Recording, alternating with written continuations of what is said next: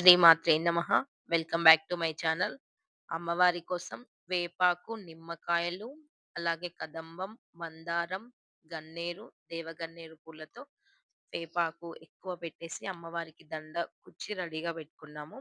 అదయిపోగానే అమ్మవారికి వడిబియ్యం కలుపుతున్నాము. వడిబియ్యం కలిపేటప్పుడు వచ్చిన ముత్తైదువులకి పసుపు, కుంకుమ బొట్టు పెట్టేసి కాళ్ళకి పసుపు పెట్టి వడిబియ్యం కలపడం స్టార్ట్ చేయాలి.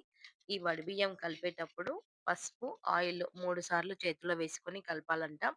నేను గూడా అమ్మవారికి పోయడం ఫస్ట్ టైము. నేను పోయడం ఫస్ట్ టైమ్. కలపడం, పోయడం కాదు. నేను పోయడం అయితే ఫస్ట్ టైము. ఇలా కలుపుకున్న తర్వాత మనము 10 తమలపాకులు, 5 ఎండు కొబ్బరి కుడకలు, 5 పసుపు కొమ్ములు, 5 ఖర్జూరాలు, 5 వక్కలు, 5 పండ్లు, పసుపు కుంకుమ ప్యాకెటు, అమ్మవారి కోసము గాజులు, 2 బ్లౌజ్ పీసులు. ఒకటేమో చీరతో పాటు, ఇంకొకటేమో బియ్యం పోయడానికి. ఇలా మనం 5 ఎల్లిపాయలు, పెద్దమ్మ ఎల్లిపాయలేపిచ్చింది. ఇక్కడ అక్క వాళ్ళు ఎల్లిపాయలెయ్యరు. పెద్దమ్మ ఎల్లిపాయలు గూడా ఏపిచ్చింది. ఇలా చేసిన తర్వాత మనం ఇంటి దగ్గరే కలుపుకోవడం వల్ల ఏవి మర్చిపోము. ఏదైనా ఉన్నా చూసుకుంటాము. అక్కడికెళ్ళిన తర్వాత హడావిడి పడి ఇబ్బంది పడతాము. అదే మనం ఇంట్లోనే కలుపుకొనెళ్తే నిమ్మలంగా ఎళ్ళొచ్చు. ఇది అయిపోయిన తర్వాత ఇక్కడ పూజా కార్యక్రమం స్టార్ట్ అయింది. మహిషాసుర మర్దిని అవతారంలో అమ్మవారి కోసం 21 పువ్వొత్తులతో మహాహారతి. అమ్మవారి పూజ అయిన తర్వాత పంతులు గారు కుంకుమ పూజ గూడా చేపిచ్చారు. చాలా అనిపిచ్చింది. మనం బ్లౌజ్ పీస్ ఏసి పసుపు, కుంకుమేసిన తర్వాత 3 సార్లు ఇలా 3 దోసిళ్ళతో అమ్మవారికి మనం బియ్యం బోయాలి. ఈ అమ్మవారికి బియ్యం బోసేటప్పుడు దానిమ్మ పండు పెట్టడం మంచిదంట. దానిమ్మ పండుతోనే పోయడం మంచిదంట.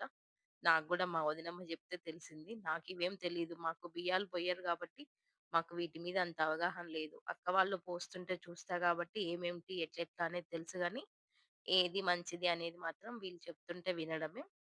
వదినమ్మ అన్నది దానిమ్మ మంచిదని. నేను దానిమ్మ తీసుకున్నా. అమ్మ పోసింది, పెద్దమ్మ పోసింది. నెక్స్ట్ పిన్ని పోస్తది. ఐదుగురం అయ్యాము. అయిన తర్వాత ఆ వడిబియ్యం పోసిన బియ్యంది ముడి వేసేసి అమ్మవారి పాదాల దగ్గర పెట్టాలి. అలాగే మనం తీసుకెళ్ళిన గాజులు అమ్మవారి దగ్గర పెట్టేసి, తీసుకెళ్ళిన చీర గూడా అమ్మవారి పాదాల దగ్గర పెట్టాలి. ఈ ఇవన్నీ అయిపోయిన తర్వాత మనం ఫైనల్‌గా అమ్మవారికి హారతివ్వాలి. హారతిచ్చిన తర్వాత మన పూజ సంపూర్ణం అయిపోయినట్టింక.